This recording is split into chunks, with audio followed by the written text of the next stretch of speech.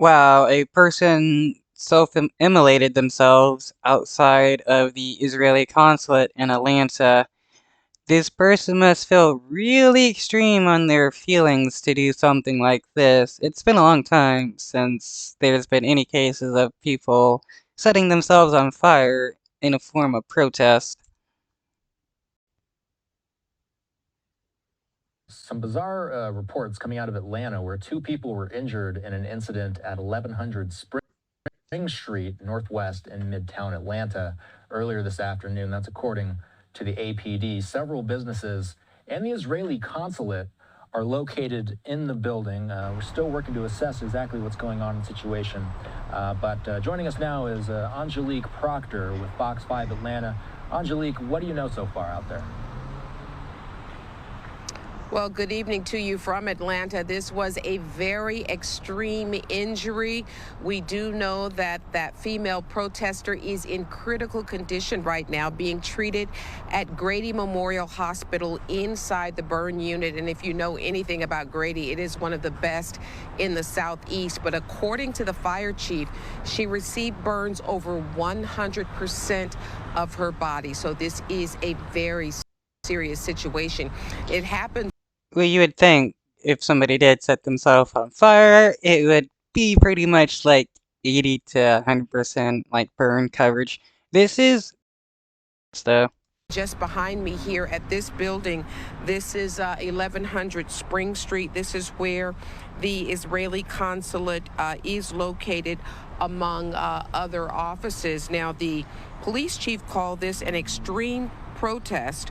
It happened just after noon today, but we are told that everyone inside of the diplomatic office there with the Israeli consulate is fine. We did have ATF and FBI on the scene. There was a very robust law enforcement response to this.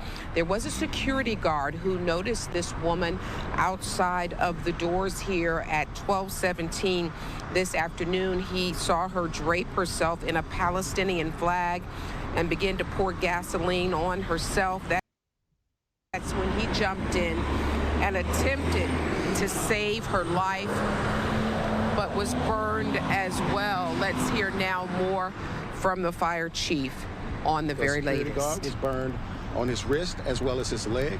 The other individual received 100-degree burns to the body, full thickness, and they were both transported to Grady for treatment. We can tell you at this time we do not believe there's any nexus to terrorism at this location. We do believe at this time, based on the evidence that we have, the information that is readily available for us, this was likely an extreme act of political protest that occurred here today.